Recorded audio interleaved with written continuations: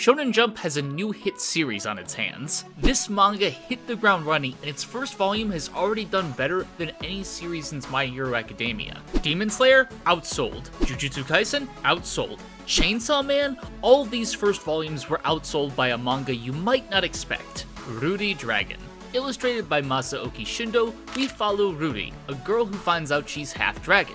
And despite that description, it's a series that may not remind you of other Jump staples at first glance. Instead of fighting demons, devils, or curses, she fights against the social anxiety induced by your average Starbucks. I promise it's actually super wholesome and good. The character designs and expression work are insanely charming, and it makes for a nice change of pace within Shonen Jump. But what do you think? Hunter x Hunter is back! The manga, at least. Anime viewers, it's still TBD for you, but Yoshihiro Togashi, after making a Twitter account out of nowhere, casually becoming the most followed mangaka on the site, and posting pictures of his progress, is ready to put his iconic series back in the pages of Shonen Jump. What isn't known is for how long, as Togashi has long battled health issues, often leading to lengthy but necessary gaps between chapter releases. This most recent stretch had been the manga's longest, so for the time being, I think we should enjoy the new chapters and support Togashi whenever he does have to take another break. Being a mangaka is nothing if not demanding. Medalist is the best sports manga you aren't reading. Written and illustrated by Suru Maikata, it centers around competitive figure skating. You may be rolling your eyes at that, but trust me, it is as true to the competitive spirit as it gets. We follow Tsukasa, a competitive figure skater who was never able to reach the heights he wanted and now retired finds himself unemployed. That is until he happens across the shy and anxious young girl Inori. After seeing her skate, he decides to put everything he's got into coaching her, finding a renewed sense of purpose. Also, side note about Inori, she will absolutely be competing with the likes of Anya for Best Daughter after you read this, I promise. But this series is everything you could want from a sports story. It's intense, inspiring, and filled to the brim with heartfelt moments that are earned 10 times over. Bocchi the Rock is something else. From intricately animated instrument strumming to sequences that feel like an acid trip, the staff behind the adaptation of this comedy series deserve a standing ovation. It's not often that you can see just how much fun the animators are clearly having with every single episode. Shouts out to Saito Keiichiro, Rikuta Kiyoki, and Yamamoto Yusuke to name just a few of the incredibly passionate individuals among the many others I have to thank that worked on Bocchi, and reminded me yet again why I love the medium of animation and its truly limitless potential. All done for a series about the most socially anxious guitarist in the history of the planet. Also, while animation is easily the thing everyone will notice first, I also have to give a shout out to all the voice actors who are 100% bringing their A game.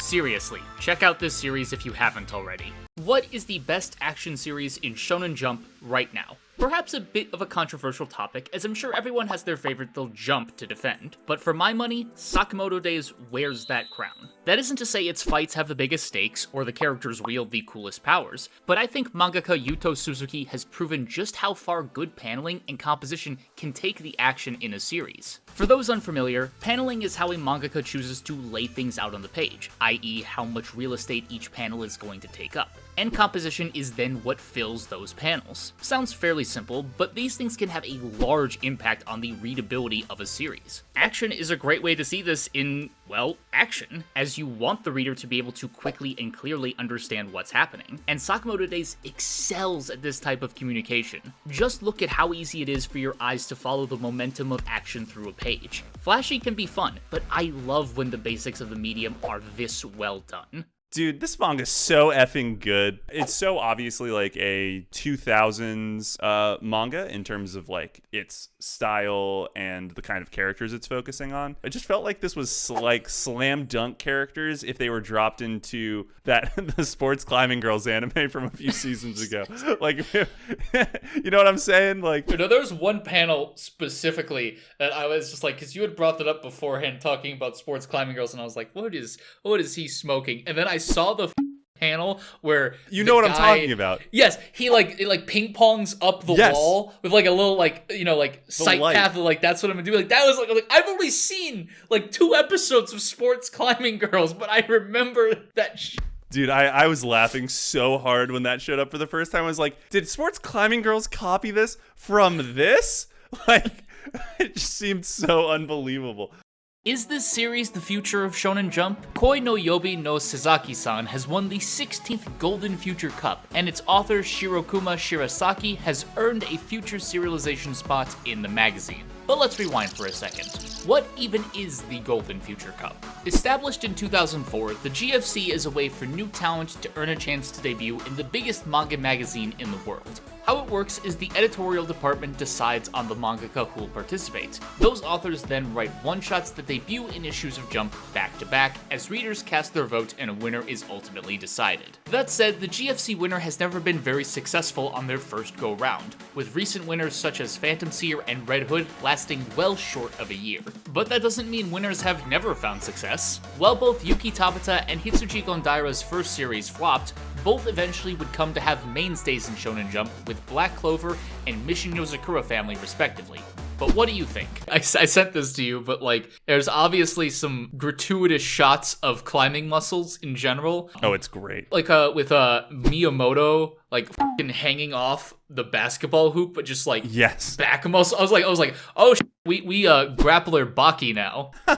I wouldn't go that far. It's not that ridiculous. It's not that ridiculous, but he was looking like the Armored Titan in terms of like how defined his back muscles you know what, all that's were. Pretty fair. That is very, very fair. God, it is kind of sick. And the mangaka also really likes drawing lips at a very detailed. It's fun. Like I've definitely grown to. It is distracting, especially the first couple times. Like, there's a scene where Mori, like, touches Takatori for, like, the first time, and it just looks like he has not had a sip of water in 2 weeks.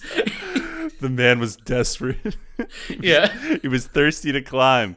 So I've been seeing a number of comments like this, and wanted to take a minute to just break it down. Shonen translates to boy or young man, whereas shoujo translates to girl or young woman. And while there are themes, aesthetics, and story beats that you could definitely ascribe to a more general idea of a shoujo or shonen genre, at the end of the day, they are just demographic terms with many different series under each of those umbrellas. Because on the one hand, you have series like Blue Box, which is a heartfelt romance/sports story, and then you have Jujutsu Kaisen, which is a battle manga about curses. I don't think it's crazy to assume that these are attracting different audiences. This is most obvious in something like Kaiju No. 8, a shonen series whose main reading demographic, according to Japanese bookstore data, is women in their 40s. You can have a series that isn't action heavy, that doesn't make it shoujo, but likewise, just because it has action in it, doesn't make it shonen. Foodgasm. That is the first word that probably comes to mind when you think of Shokugeki no Soma, and the duo behind this delicious series are back in the pages of Jump with Tenmaku Cinema. It follows film buff Hajime Shinichi,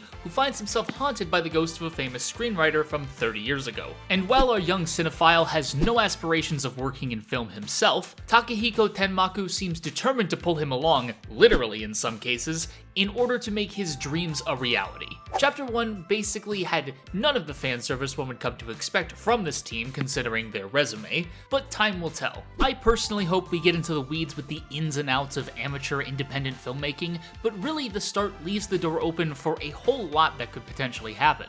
But what are your hopes with where this series will go? Is it destined to be axed, or do you think it has potential? Shonen Jump has a new hit series on its hands. Well, it's been a minute, so why don't we see how the series I lauded as Jump's breakout star is doing? It went on hiatus shortly after I made that video, so my bad. But in all seriousness, the break was for the mangaka's health, and now that they're back, the series seems to be on a schedule that will allow for Ruri to continue, which is fantastic to see. And the enthusiasm for the series has not waned. Volume 2 recently hit stores in Japan, and it is doing better than its initial volume, and is outselling even series like Kagurabachi and Akane Banashi. Try saying that 10 times fast. And that's not to put down those series. I love Akane Banashi, and Kagurabachi is great too. But I'm just trying to contextualize the series' success against something that was hyped to the moon and back.